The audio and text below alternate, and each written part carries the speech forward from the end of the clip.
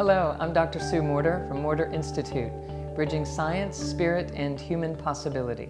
For over 30 years, I've been teaching healthcare practitioners, patients, and students integrative approaches to wellness based in quantum science and energy medicine.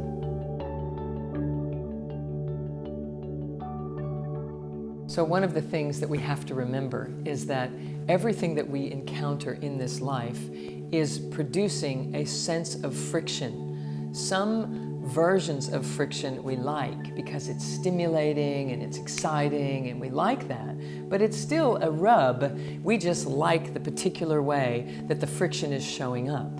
Other ways that friction shows up is through what we would call a potential argument, or something's not going the way that we want it to go, a relationship isn't interacting the way that we want it to. We're containing that, we're trying not to react to the potential rub, and then all of a sudden it starts to bubble out of us. That friction inside the human experience shows up like not getting along with your boss, or friction between you and your partner in life, or between you and your children in life, or between you and anything in life. It shows up as friction, as the rub that is part of the reality that we're living in. So what we have to realize is that that friction is serving something wonderful, and if we can tap into the service that's being done and the recognition that this is teaching me who I am, that I can sense and feel who I am. When we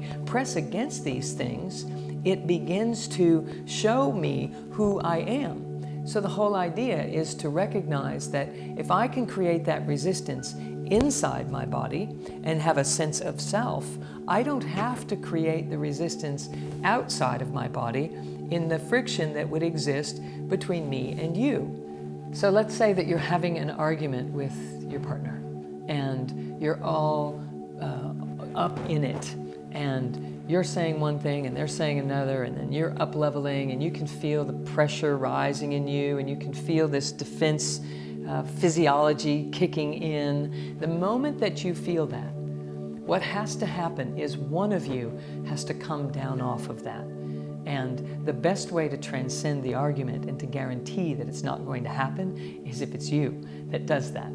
Once you hear what they're trying to say and reflect it back to them, they then feel heard just like you wanted to feel heard. But you don't need to feel heard because you feel the same sense of presence that you would have if you had been heard. So you then are able to provide that for the other person. Once they feel it, then they become more capable of listening to what you had to say at the beginning of the conversation before it started to escalate into an argument in the first place. So if you find yourself frustrated frequently and in arguments more often than you want to be, feel free to visit us at drsuemorter.com for information on how to transcend the argument and allow love to prevail.